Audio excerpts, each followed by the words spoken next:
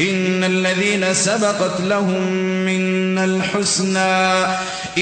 الذين سبقت لهم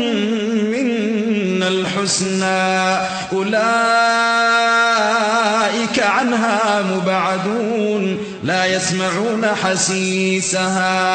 لا يسمعون حسيسها وهم فيما اشتهت أنفسهم خالدون لا يحزنهم الفزع الأكبر وتتلقاهم الملائكة هذا يومكم الذي كنتم توعدون يوم نطوي السماء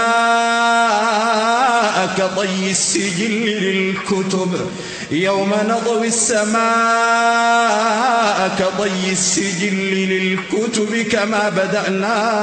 أول خلق نعيده وعدا علينا إنا كنا فاعلين ولقد كتبنا في الزبور من بعد الذكر أن الأرض يرثها عبادي الصالحون إن في هذا لبلاغا لقوم عابدين.